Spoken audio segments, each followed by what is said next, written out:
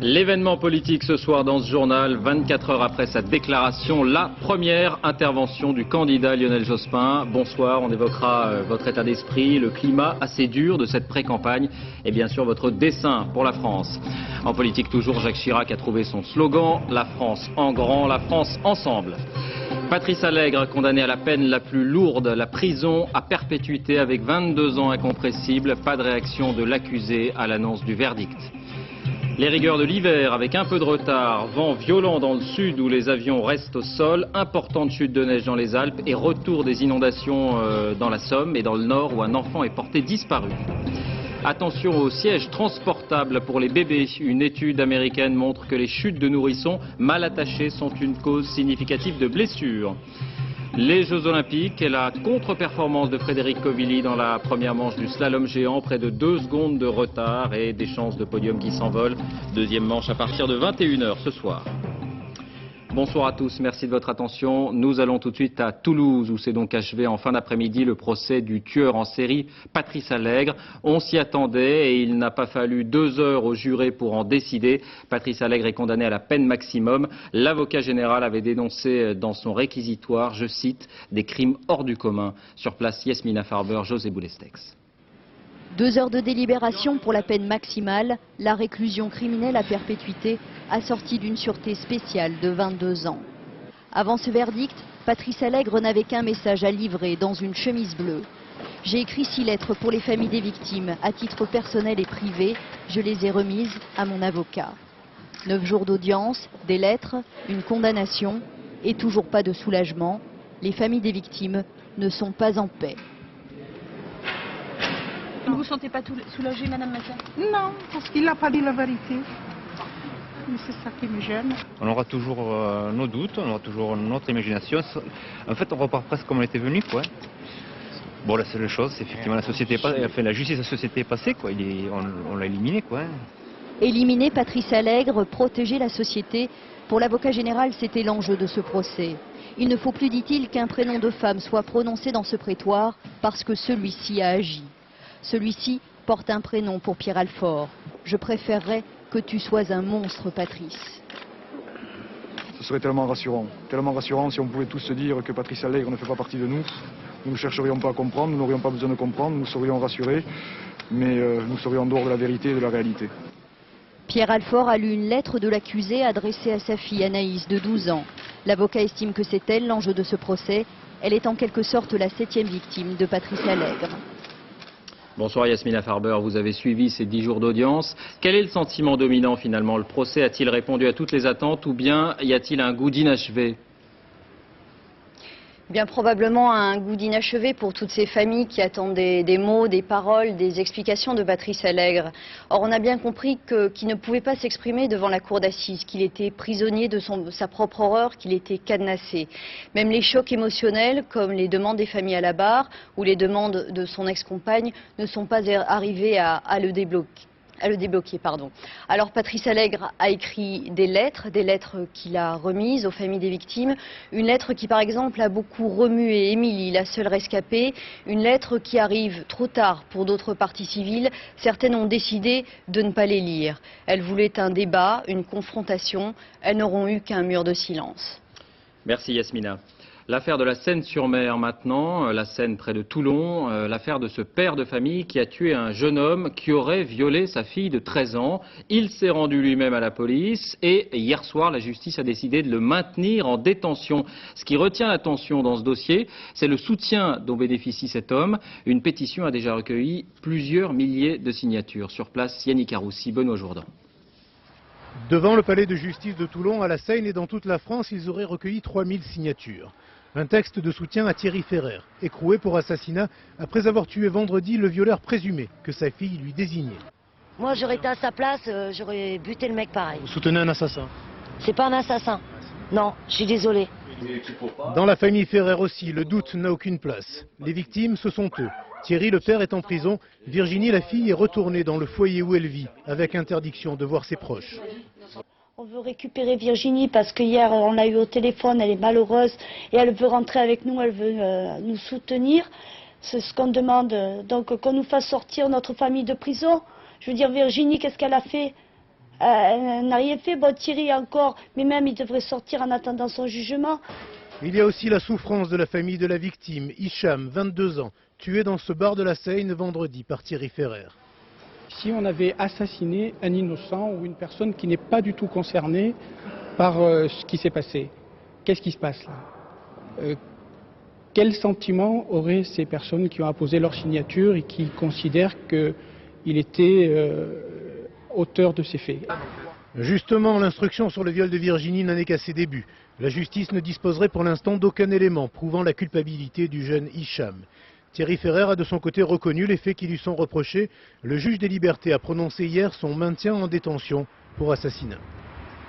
La marche du souvenir à Brest après la mort de 5 étudiants lors d'une bousculade à l'entrée d'une soirée. C'était il y a 2 semaines. Ils étaient très nombreux aujourd'hui, 4000 environ pour cette marche silencieuse entre l'université et la mairie. L'hiver s'est longtemps fait attendre, un record de douceur, faible enneigement, on en parlait ici même. Eh bien voici le retour de bâton, à direction le sud de la France d'abord, où des vents de plus de 130 km/h ont causé de nombreux dégâts et perturbé le trafic. Céline Crespi. Nous pensons oui à Marseille, vent de nord-nord-ouest 40 à 45 nœuds, France 8. Des rafales atteignant 130 km/h. Aujourd'hui, toute la région de Marseille a été balayée par un vent violent, obligeant les marins-pompiers à intervenir plus de 150 fois. Dans le centre-ville, un mur s'est effondré sur 4 voitures. Les 80 TGV Méditerranée ont dû être détournés de leur itinéraire pour emprunter la ligne classique. Résultat, des trains à 160 km/h au lieu de 300, des retards d'1h30 et des voyageurs détournés eux aussi dans les anciennes gares. Et ce qui semble pas normal, c'est qu'on a une gare toute neuve, qui a été dessinée, tout ce qu'on veut pour le Mistral, etc. On arrive de là-bas en catastrophe pour attraper le train ici, et on nous dit qu'à cause du vent, le train ne peut pas rouler à sa vitesse, et les horaires, on ne sait plus. Des mesures pourtant indispensables compte tenu du nombre de viaducs sur la ligne TGV Méditerranée. Si on ne prenait pas ces précautions-là, le vent est tellement violent, d'autant plus qu'il souffle en travers et en saccade, il pourrait finir par soulever les TGV et provoquer le déraillement des TGV. Aujourd'hui, 35 000 voyageurs ont été retardés, mais demain, la SNCF promet un trafic normal pour la 2e vague de départ en vacances. Selon Météo France, le vent devrait se calmer dans la nuit. Perturbations aussi dans la région Rhône-Alpes en raison de très abondantes chutes de neige depuis 24 heures maintenant. Une bonne nouvelle pour les vacanciers, image ici de Grenoble, tout en blanc. Plus préoccupant, dans la Somme, le débit des eaux a atteint le niveau critique qui rend possible de prochains débordements, 85 mètres cubes par seconde. On fait remarquer sur place que sans les travaux entrepris depuis 1 an, le fleuve aurait déjà débordé. Je vous rappelle que l'an dernier, plus de 1000 personnes avaient été durablement évacuées. Les inondations qui seraient responsables de la mort d'un enfant dans un village du Nord. Selon des témoins, le garçon âgé de 8 ans serait tombé d'un pont. Loïc de la Mornay. C'est en marchant le long de cette rambarde que Brian, 8 ans, est tombé à l'eau. Son petit frère qui jouait avec lui a donné l'alerte, mais c'était hier soir et aujourd'hui Brian n'a toujours pas été retrouvé. Il a probablement été emporté par cette rivière en crue. Il peut être notamment dans les coudes des berges, du cours de la rivière ou accroché malheureusement au pied d'une souche d'arbre. C'est pour ça que c'est assez délicat comme recherche. Toute la journée, les secours ont déployé d'importants moyens. Une centaine d'hommes, 10 plongeurs et un hélicoptère. Une décrue est annoncée dès cette nuit. Les recherches reprendront demain matin. Restez vigilants tout de même, toujours beaucoup de pluie demain, sauf sur les bords de la Méditerranée où les vents restent forts. Les détails bien sûr en fin de journal. La politique, on connaît le slogan de campagne de Jacques Chirac, la France en grand, la France ensemble. Le quartier général parisien a été inauguré aujourd'hui et le porte-parole du candidat Chirac a été désigné, plutôt la porte-parole, c'est une femme, Roselyne Bachelot, qui a souvent été à contre-courant dans son propre camp. Philippe Boisserie, Rémi Poissonnier. Un petit coup de cidre pour remettre, comme en 95, les pommes à l'honneur, une tranche de saucisson. Roselyne Bachelot a de l'appétit depuis que Jacques Chirac lui a proposé, voilà 3 semaines, d'être sa porte-parole. Je lui dis, est-ce que tu attends que je change? Est-ce que tu attends que je sois une autre? Non, je veux que tu restes comme tu es. Je dis, alors ça va marcher. Et de dévoiler aussitôt le slogan de la campagne proposé officiellement par Jacques Chirac lui-même. Cette phrase, la France en grand, La France ensemble. Au fond de la salle, Claude Chirac veille, accompagné de toute l'équipe élyséenne de communication, désormais installée au QG. Mais pour la politique, c'est le directeur de campagne qui parle et qui attaque la déclaration de candidature de Lionel Jospin. On voit bien que dans les mots utilisés par le candidat socialiste, il y a en quelque sorte l'aveu qu'un certain nombre de dossiers lourds, qu'un certain nombre de problèmes importants qui auraient pu être résolus au cours des 5 dernières années ne l'ont pas été. Quant à la forme, la critique est sans appel. C'est un fax. Pendant ce temps, dans les étages de cet ancien magasin transformé en ruche de campagne, les rôles de chacun sont désormais bien répartis. Il ne reste plus qu'un seul lieu tenu secret au 3e étage, le bureau du président candidat. Voilà, vous serez amené, si vous le souhaitez, à réagir tout à l'heure, Lionel Jospin. Votre campagne, maintenant, de ce côté-là, les locaux ne sont pas encore tout à fait prêts. C'est donc chez vous, à votre domicile, que les premières réunions ont été organisées. Reportage Jeff Wittenberg, Frédéric Pasquette. On pourrait appeler ça la campagne à domicile. Le QG approprié n'est pas encore ouvert, alors c'est chez lui que Lionel Jospin prépare sa bataille et mobilise ses troupes. Avec plaisir. Merci. À bientôt. Salut Jean. Ça va? Premier invité ce matin, Jean Glavany, directeur de campagne oblige, mais l'état-major est déjà étoffé. L'ancien ministre Jean-Louis Bianco sera le mandataire du candidat. Jean-Marc Ayrault, patron des socialistes à l'Assemblée, l'un de ses probables porte-parole. Il y a les têtes que l'on verra beaucoup pendant ces 2 mois. François Hollande, Pierre Moscovici en charge du programme. Et puis il y a ceux qui vont s'activer en coulisses. Parmi les convives de la réunion d'appartement, Jacques Séguéla, le familier des campagnes socialistes depuis 81.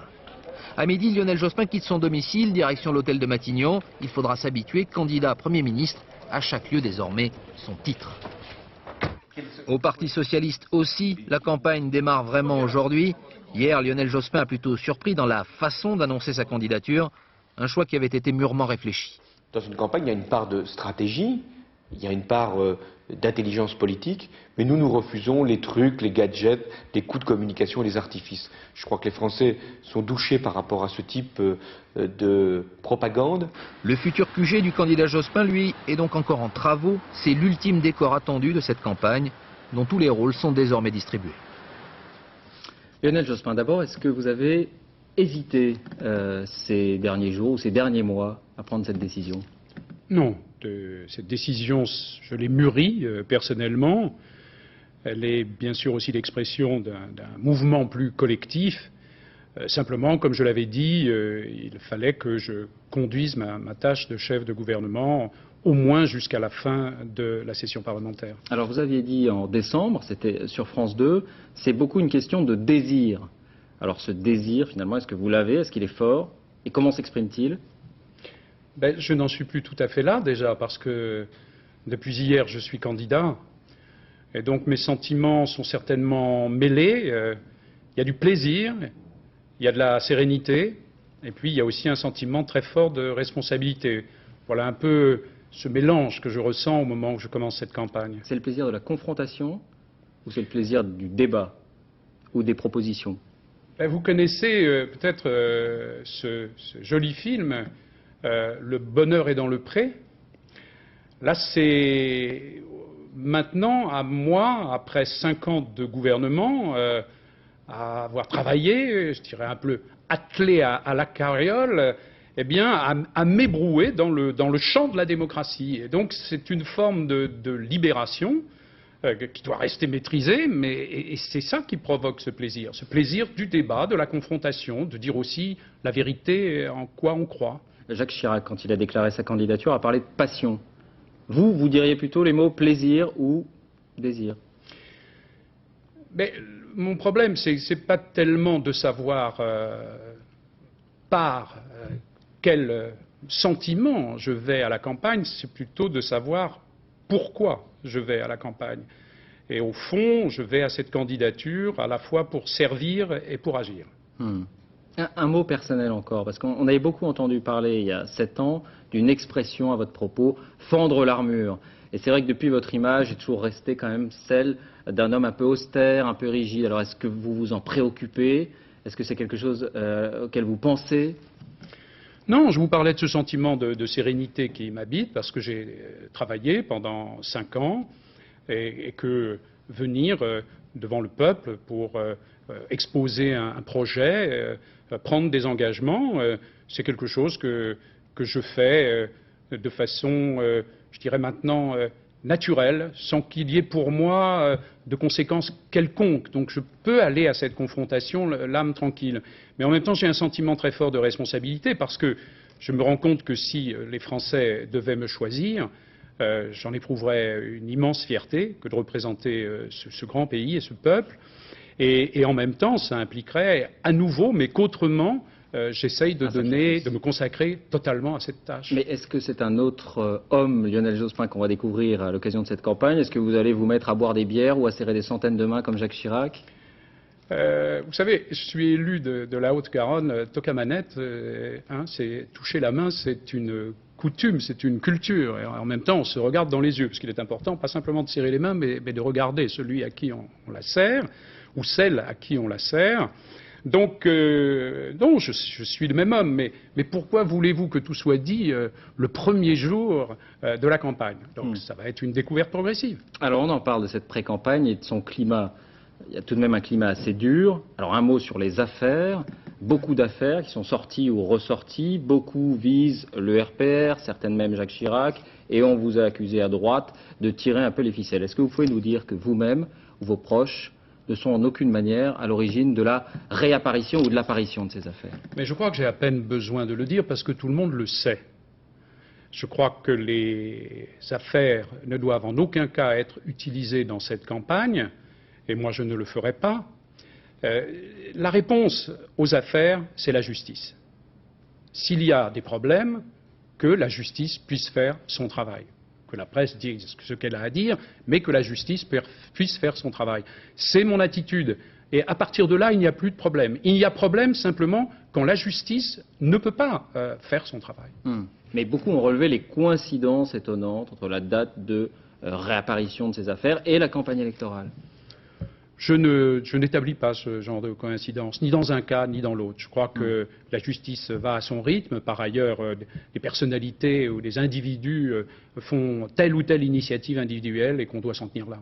Et vous, vous dites, donc ça n'a pas à voir avec le débat électoral, vous ne dites pas finalement les affaires ne sont que le reflet du comportement de tel ou tel, et ces considérations-là font aussi partie du jugement que vont porter les Français. Ah mais naturellement, ça je le pense. Mais ça n'est pas à ceux qui échangent des arguments dans cette campagne de se jeter ces choses au visage. Je pense que les Français sont mûrs, lucides, ils voient les uns et les autres agir et donc ils intègrent aussi cette dimension, même si ce qu'ils attendent des candidats, c'est essentiellement des propositions, un projet. Et est-ce que vous pensez, comme l'a dit Jacques Chirac, que finalement ces affaires ne sont que le reflet du flou artistique dans lequel évoluait le financement des partis politiques? Il y a des affaires à droite, il y a l'affaire d'Estrade qui vous concerne, vous avez été entendu par le juge. Alors elle concerne une période du Parti socialiste et de son financement où vous n'étiez plus aux affaires. Enfin, il y a un de vos proches qui est mis en examen. Donc est-ce que vous considérez finalement que tout le monde est un peu dans le même bateau?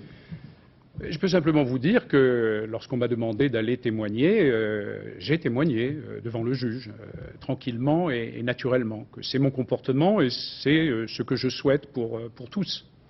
Et vous reconnaissez, vous pensez qu'il y a eu financement illicite du PS pendant cette période? Ah, mais qu'il y ait eu des financements pour les formations politiques avant les lois de financement, oui, sans doute.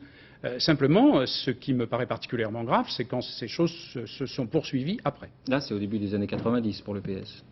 Donc, il y avait déjà des premières lois de financement. Je vous ai répondu. Vous dites j'ai témoigné. Vous pensez que Jacques Chirac aurait dû témoigner lorsqu'il a été convoqué par les juges? Il est possible d'aller témoigner. Ce que je pense personnellement, c'est que d'une façon ou d'une autre, et pour le prochain président de la République, quel qu'il soit, il faudra revoir le statut judiciaire ou juridique du président de la République. Ça fait partie des propositions que je fais dans cette campagne. Je pense que sous des formes appropriées pour tenir compte de l'importance de la fonction, certainement avec une commission qui trierait quand même les imputations qui viendraient pour que ça ne soit pas la malignité qui s'exerce. Je pense qu'il est important de dire que tous les Français et notamment celui ou celle qui sera le premier d'entre eux puisse effectivement répondre lorsque on leur demande. Et en l'état actuel des textes et de la jurisprudence, vous ne dites pas Jacques Chirac aurait dû? Non, si vous voulez, je vous ai dit que je m'exprimais sur le terrain des règles et des principes, des propositions futures. Je ne fais pas d'autres commentaires sur ce plan. Alors, quand vous parlez précisément de la fonction présidentielle, vous affichez des ambitions. Il faudra présider autrement. C'est dans le texte que vous avez rendu public hier. Et vous parlez notamment d'un président de la République qui doit présenter un projet au pays, prendre des engagements et les respecter. Alors là, effectivement, on est dans la règle, dans le principe. Mais Jacques Chirac n'est pas cité, mais tout le monde pense à lui. Et vous n'avez pas pensé à lui en écrivant ces lignes? Ah, si tout le monde pense à lui, comment n'y aurais-je pas pensé alors? Là, c'est vous exprimer un sentiment commun.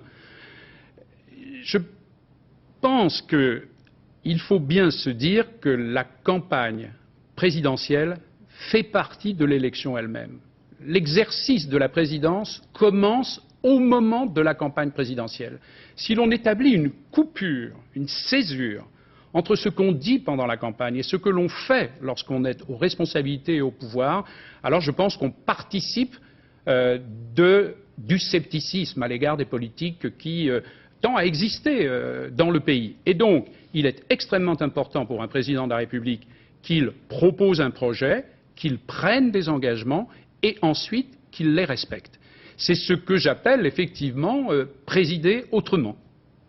Tenir ses promesses. Tenir ses promesses, cela suppose... Mais oui, bien sûr.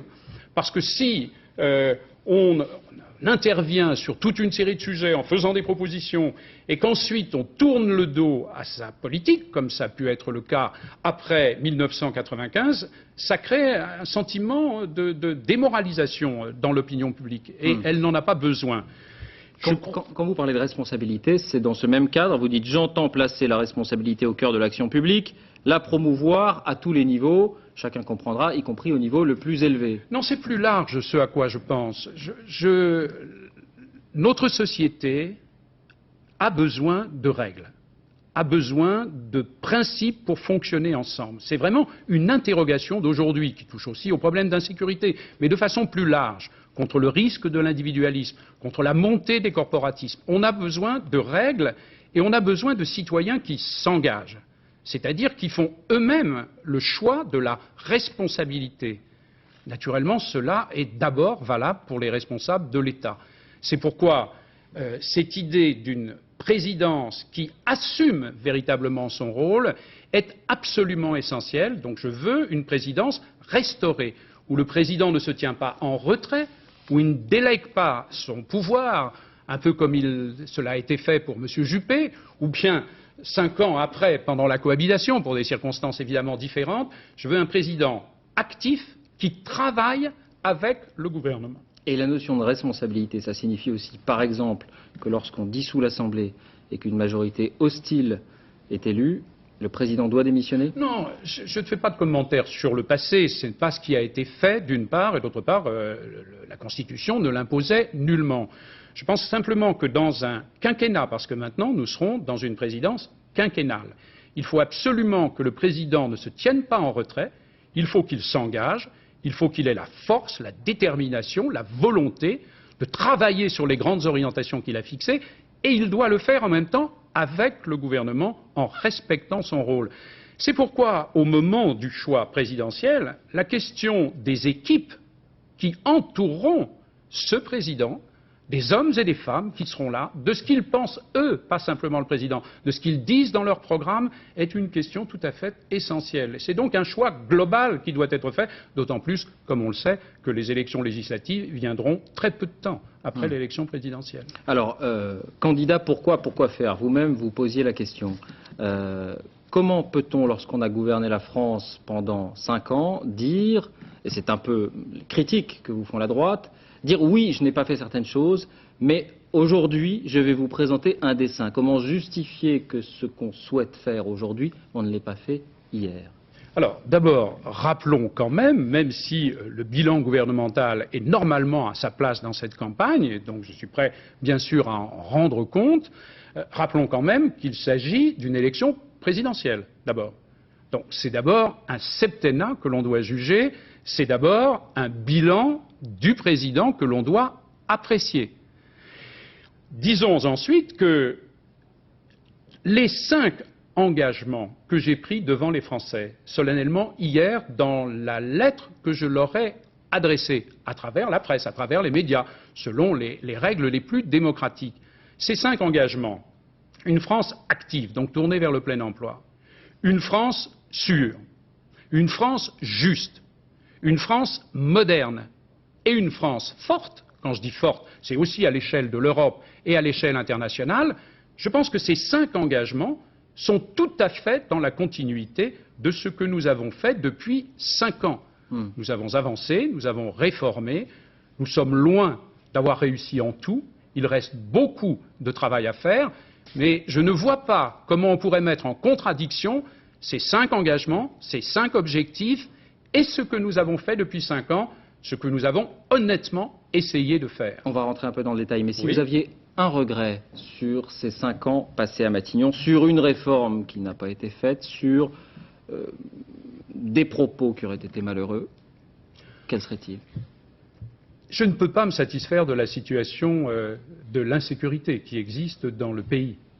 Et donc c'est un domaine dans lequel les efforts devront être accrus Vous dites considérablement. Nous avons échoué? Je dis qu'à partir du moment où l'insécurité est forte, nous ne pouvons pas nous satisfaire de ce qui existe. Mais je pense qu'il n'y a eu en aucun cas un défaut de volonté de la part du gouvernement. Il a mis plus de moyens. Il a mis le doigt sur des problèmes nouveaux qui n'avaient pas été traités. Je pense par exemple à la question de la délinquance juvénile. On a sûrement été, disons, un peu débordé ou surpris par cette montée de la petite délinquance chez les jeunes et parfois chez les très jeunes. Mais ça signifie que vous allez proposer de nouveaux outils, mais on a mis en place des premiers outils. Les centres de placement immédiat, les centres d'éducation renforcée, ce sont des outils qui n'existaient pas avant nous et qui existent maintenant, qu'il faut simplement faire monter en puissance, c'est-à-dire qu'il faut en créer beaucoup plus. Et j'ai entendu le président Jacques Chirac, le candidat Jacques Chirac s'exprimer sur ce sujet, mardi, je crois, à Gonesse, et j'ai constaté à ma grande surprise que finalement, il s'inspirait de nos propositions. Je m'attendais à un discours extrêmement différent sur l'insécurité, compte tenu du procès qui nous est fait, et ça n'a pas été le cas dans ce domaine de la délinquance juvénile, comme dans d'autres d'ailleurs. À l'inverse, on peut dire qu'il n'y a plus de différence entre la droite et la gauche sur les solutions à apporter à ce problème de l'insécurité. Je pense personnellement que la question de l'insécurité ne devrait pas faire l'objet de polémiques électorales ou de débats politiciens. Et dans les propositions récentes qui ont été faites, j'ai retrouvé une imitation de ce que nous proposions, des conseils de sécurité locaux, là où nous avons créé des contrats locaux de sécurité, un conseil de sécurité intérieure qu'on propose de créer alors qu'il existe déjà auprès du Premier ministre, ces structures fermées pour les jeunes délinquants. Donc j'ai retrouvé une approche semblable et du coup ça fait perdre beaucoup de son poids aux propos. Sur le terrain économique, d'abord, est-ce qu'on peut savoir si le Lionel Jospin de 2002 est à peu près le même que le Lionel Jospin de 97 ou 98 par exemple? Vous devez rencontrer demain, entre autres, Gerhard Schröder et Tony Blair, qui sont un peu les héros de la gauche dite moderne en Europe. Vous aviez dit il y a quelques années: je ne suis pas très favorable à cette troisième voie-là. Donc est-ce que vous êtes toujours sur la même ligne de crête, de dire non, notre socialisme n'est pas le même que ces socialismes-là qui se veulent plus modernistes et plus libéraux? Je suis socialiste d'inspiration, mais le projet que je propose au pays, ce n'est pas un projet socialiste. Et il est fait d'une Comment vous le définiriez? Mais je pense qu'il est une synthèse de ce qui est nécessaire aujourd'hui, c'est-à-dire la modernité. Il faut épouser son temps. Si nous nous enfermions, si nous n'évoluions pas, si nous n'affrontions pas les défis de la mondialisation, je pense que nous serions dépassés, débordés. Mais en même temps, cette modernité doit être partagée. C'est-à-dire que chacun doit pouvoir y trouver sa place. C'est pourquoi dans nos visions des choses et dans les propositions que j'ai commencé à faire hier, mais que nous allons décliner, que je vais décliner pendant la campagne, il y a cette volonté d'unir la préoccupation économique et la préoccupation sociale. On peut prendre des exemples sur l'emploi. Sur l'emploi, voilà un domaine où nous avons avancé quand même. 1 800 000 emplois créés en à peine 5 ans, 920 000 chômeurs de moins. Mais la courbe s'est inversée depuis 8 mois. Oui, elle s'est inversée depuis quelques mois en raison de la conjoncture économique mondiale. Mais je pense que les choses vont repartir. Et alors maintenant, on est face à un nouveau défi. Si on veut aller plus loin, si on veut, dans la prochaine législature, avoir, par exemple, à nouveau 900 000 chômeurs de moins, donc on avancerait là vers le plein emploi que je fixe comme objectif, eh bien, il faut consacrer un effort beaucoup plus considérable à la formation et à notamment ce que je propose, la formation tout au long de la vie. Parce que, comme un certain nombre, 3 millions de salariés vont partir à la retraite, et que d'autre part, on touche maintenant plus au noyau dur du chômage, c'est-à-dire à des jeunes dont la formation est insuffisante, à des travailleurs au-delà de 50 ans qui ont peut-être perdu le contact avec le travail, il faut un effort considérable de formation tout au long de la vie pour faire reculer davantage encore le chômage et peut-être gagner ces 900 000 chômeurs en moins. Mais est-ce qu'on n'est pas toujours encore, Lionel Jospin, dans un socialisme qui fait de la dépense publique l'alpha et l'oméga de la règle économique et qui fait de l'intervention de l'État le centre de sa pensée, ces concepts même que Dominique Strauss-Kahn ou d'autres autour de vous dénoncent d'ailleurs? J'aime beaucoup Dominique Strauss-Kahn ou d'autres leaders du Parti socialiste, parce que parfois Fabius qui en parle aussi. Oui, ou Henri Emmanuelli qui a une approche différente. Bon, très bien.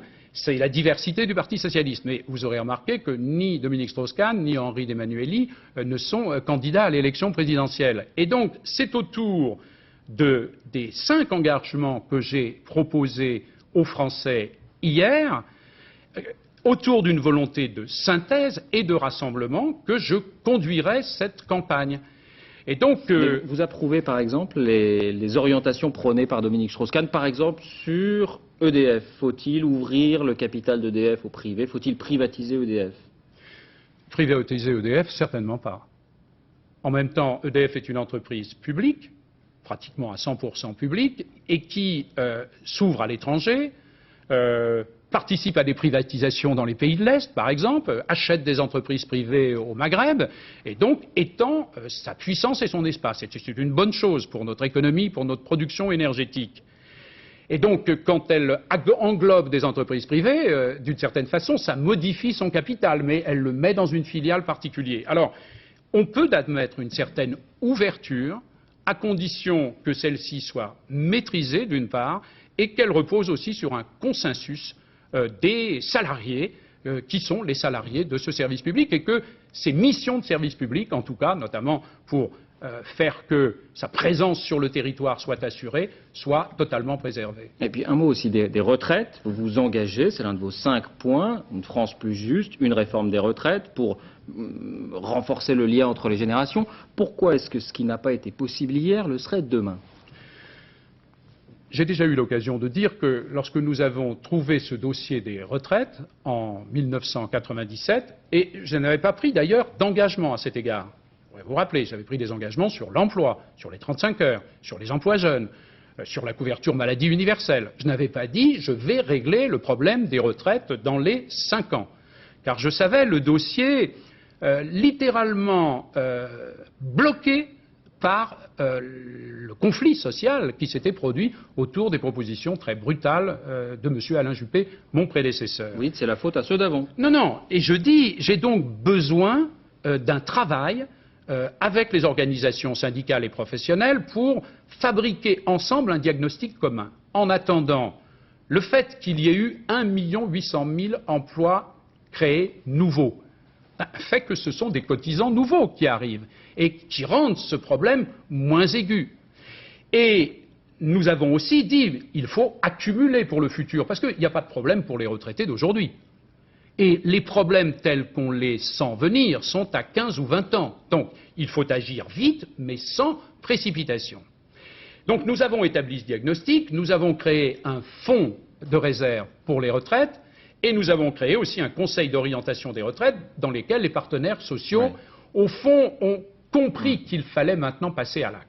Alors, nous allons le faire dans la prochaine législature, du moins si on nous confie cette responsabilité. J'ai entendu Mme Notat dire récemment qu'il y a eu un déficit de dialogue social. Alors, voilà un dossier sur les retraites où ma proposition est qu'au lendemain des élections se tienne une conférence sociale qui examinera avec les partenaires sociaux l'ensemble des problèmes sur lesquels on peut avancer, pour qu'on n'ait pas à légiférer, à agir par la loi, qu'on les consulte d'abord. Et à mon sens, le dossier des retraites est le premier dossier qu'il faudra examiner avec les chefs d'entreprise, le patronat, mais aussi bien sûr les syndicats pour trouver des solutions. Deux questions, disons, de politique ou concernant la campagne. Ces solutions, en tout cas, préserveront le régime de répartition.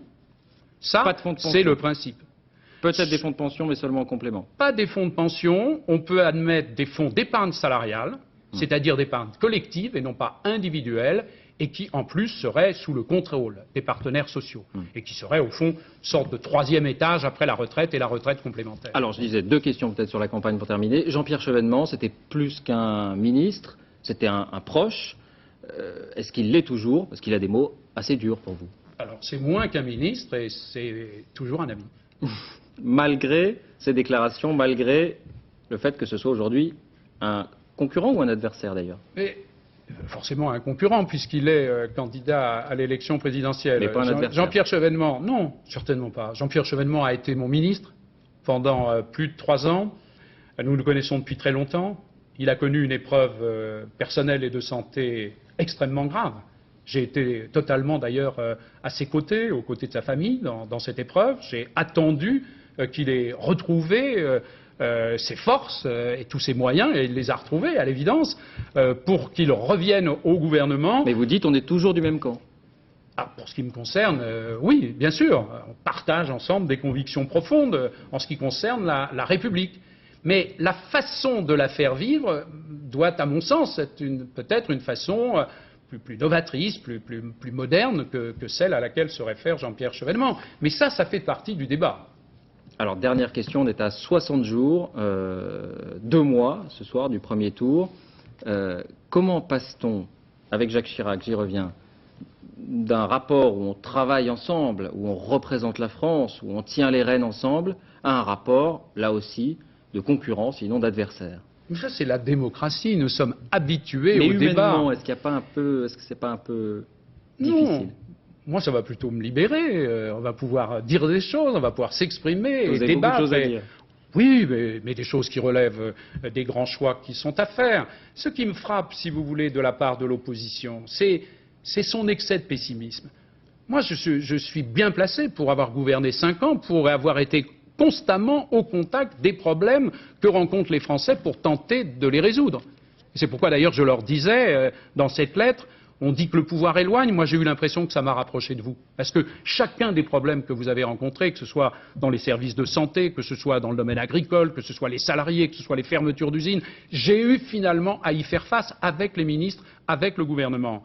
Donc je mesure bien ces difficultés, mais en même temps je trouve que la droite, l'opposition, est d'un incroyable pessimisme. C'est comme si...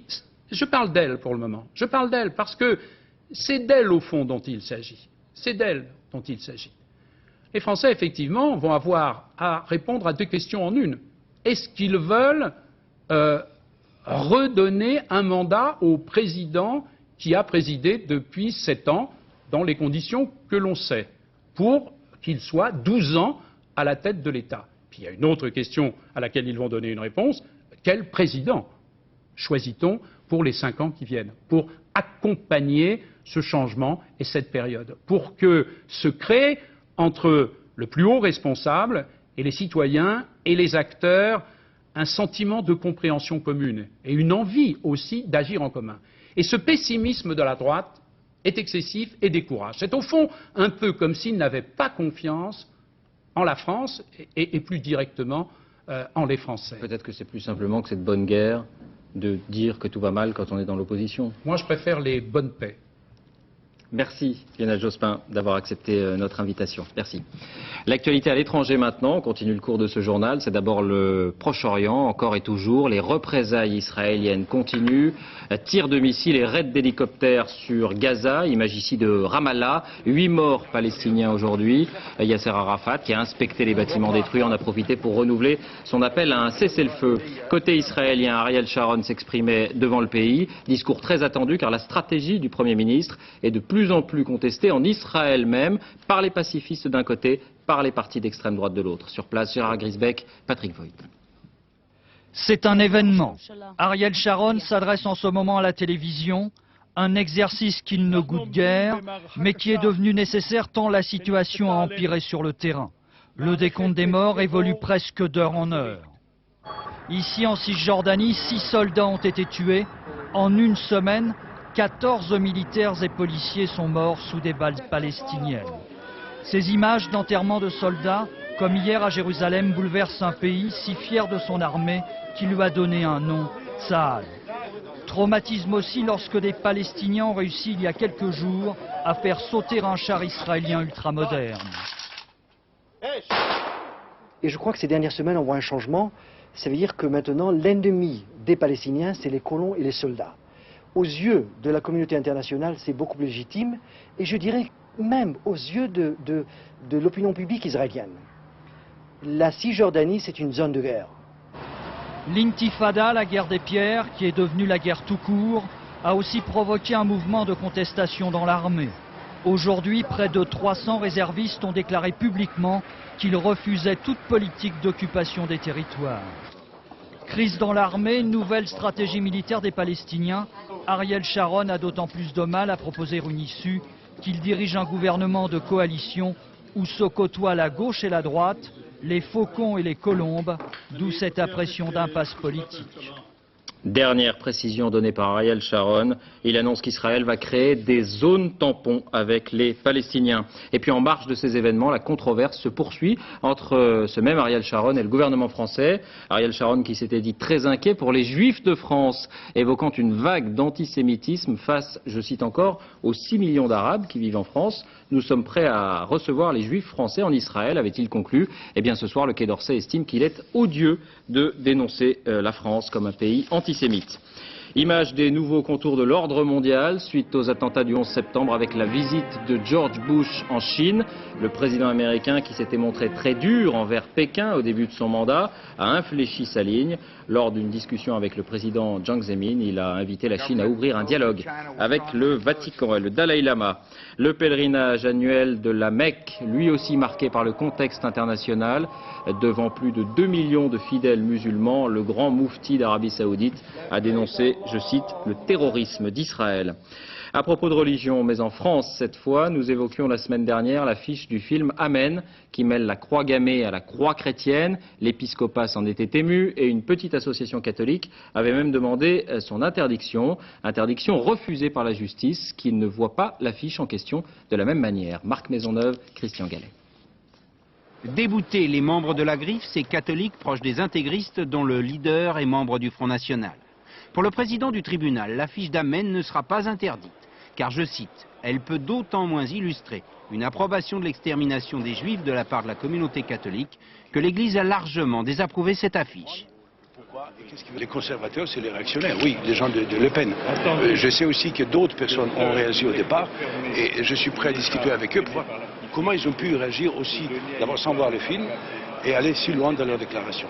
Je regrette beaucoup, énormément que Monseigneur Lustiger ait pris des positions aussi extrêmes. Les membres de la Griffe pourront donc aller voir le film le jour de sa sortie, le 27 février. Cela leur évitera de vouloir faire interdire ce qu'ils ne connaissent pas encore, une œuvre artistique. Miséricorde, sa Père, pour le peuple du Christ. Santé, c'est depuis quelques années une innovation qui fait la joie des jeunes mères de famille, le siège transportable adaptable aux voitures qui permet de se déplacer beaucoup plus facilement. Eh bien, 2 études britanniques et américaines insistent sur les risques de ces sièges. Il y aurait par exemple quelques 8700 chutes par an aux États-Unis. Dans la plupart des cas, la conception des sièges n'est pas en cause, c'est plutôt l'utilisation ou l'inattention des parents. Béatrice Blondeau, Laetitia Fouque, Laurence Deleur. Un bébé sur une table, pour une maman, le geste est des plus habituels. Et pourtant, il suffit d'1 minute d'inattention pour qu'il soit trop tard. Dans 4 cas sur 10, lorsque bébé tombe, il était sur un lit ou sur une table allongée. En voiture, c'est lors de l'installation que les chutes sont les plus fréquentes. Encore faut-il ne pas négliger des précautions simples. Boucler la ceinture et surtout bien attacher le siège de bébé. Le siège est bien installé. Je pense que de l'ordre de 75% des sièges qui sont mal installés. Et pourquoi? Et c'est en partie parce que le siège n'est pas très facile à installer et en partie parce que les gens n'ont pas le temps de lire la notice et de prendre le temps de l'installer bien. Négligence ou simple inattention, dans ce service d'urgence pédiatrique, on recommande aux parents de consulter un médecin dans tous les cas. Fort heureusement, les lésions sont le plus souvent bénignes. C'est quand même des traumatismes qui sont assez fréquents, mais en général bénins. Mais évidemment, si l'enfant chute sur un carrelage ou sur du bitume, les lésions peuvent être éventuellement plus sévères. Il peut s'agir de traumatisme des membres, traumatisme du crâne et plus rarement de traumatisme du tronc lui-même. Les chutes d'enfants sont en constante augmentation. Selon les données de l'Institut de veille sanitaire, elles ont doublé en 5 ans. À propos d'enfants, l'adoption définitive à l'Assemblée de la loi sur l'autorité parentale. Principale orientation, l'égalité entre père et mère, notamment en cas de divorce. Le principe de la garde alternée, par exemple, est mis en avant. Actuellement, seuls 10% des parents séparés la pratiquent. Reportage Laetitia Legendre, Vincent Ferreira. Lors de la séparation de ses parents, Adèle n'a pas eu à choisir. La résidence alternée s'est imposée d'elle-même. Une garde à mi-temps, 1 semaine chez papa, 1 semaine chez maman. La solution idéale pour ses parents qui désiraient avant tout préserver leur petite fille, la voir grandir. Un mode de vie qu'Adèle, 4 ans et demi, a très bien intégré. Pourquoi tu as 2 maisons? Parce que mes parents s'aiment plus. 2 chambres, 2 garde-robes, 2 fois plus de jouets. Le Père Noël, il m'a apporté le cheval de Barbie. Adèle a très rapidement apprécié les avantages de la résidence alternée. Il faut simplement bien s'organiser. 1 semaine c'est ton papa, et après 1 semaine c'est maman. Voilà. Il s'est fait manger le pied. Il s'est fait manger le pied. Ouais. Chacun y trouve son compte. Sophie, la mère d'Adèle, profite de sa semaine de liberté pour se consacrer à son travail, s'occuper un peu d'elle. Jouer au dragon et aux petits enfants. Elle est ainsi plus à l'écoute de sa fille quand elle la retrouve en fin de semaine. Le fait qu'on soit libre, je dirais, 1 semaine ou disons un laps de temps, ça nous permet aussi d'avoir une vie sociale. La semaine où je l'ai, en fait, bon, je dirais que je suis disponible pour elle, étant donné que la semaine d'avant, bon, j'ai eu le temps de faire les courses, de faire le ménage, de faire la lessive, toutes ces choses qui au quotidien, en fait, nous prennent un peu de temps par rapport à l'enfant, quoi. Un petit rituel à ne pas oublier. Adèle passe cette semaine chez son père. Mettre en place la garde alternée, c'est parfois contraignant. Il faut trouver un appartement pas trop loin de l'école, des copines. Il faut aussi que les parents réapprennent à se parler pour l'équilibre de l'enfant. Si je devais voir Adèle qu'une fois par mois, par exemple, on n'aurait pas du tout les mêmes relations. En plus, je pense que ça serait pas mieux pour la mère parce que elle finirait par se retrouver dans une situation où c'est maman qui dirige et le week-end avec papa on s'éclate et puis après on retourne dans la routine. Donc c'est pas bien non plus pour la maman. Et à la gym. Ah, moi c'est pas chez le coiffeur, c'est maman qui coupe les cheveux. Une semaine entière pour profiter pleinement de sa fille. Mais ils sont encore rares, trop rares comme Marc, à pouvoir maintenir, grâce à la résidence alternée, cette complicité avec leur enfant.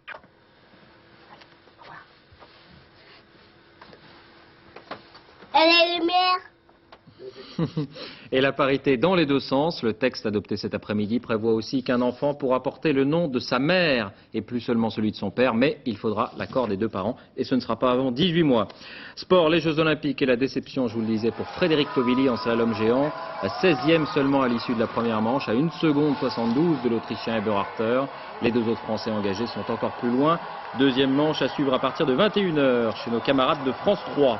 Hier en revanche, vous le savez, chez les dames, Laure Péquenot n'a pas déçu en slalom, mais elle a rencontré plus forte qu'elle, la Croate Janissa Kostelic. C'est sa 3e médaille dans ces Jeux, médaille d'argent tout de même pour la Française. Fin de cette édition, à suivre la météo Isabelle Martinet, point route.